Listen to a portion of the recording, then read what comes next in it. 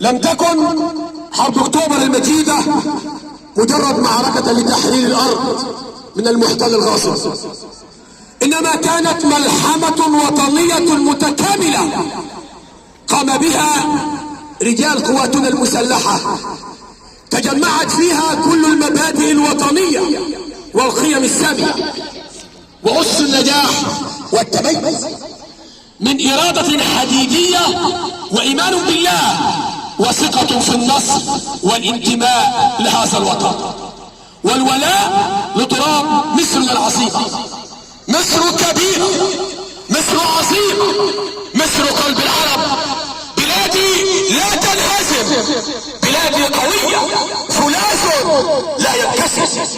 كل التحايا والهدايا والتقدير والامتنان لجنودنا البواسل وشهداؤنا الابرار.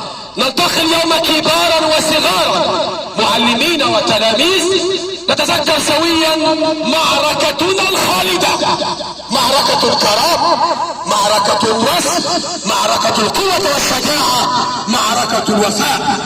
يسطر أبناؤنا في لحظات اللوحات الفنية نتمنى أن تحوز إعجابكم وتنال رضاكم.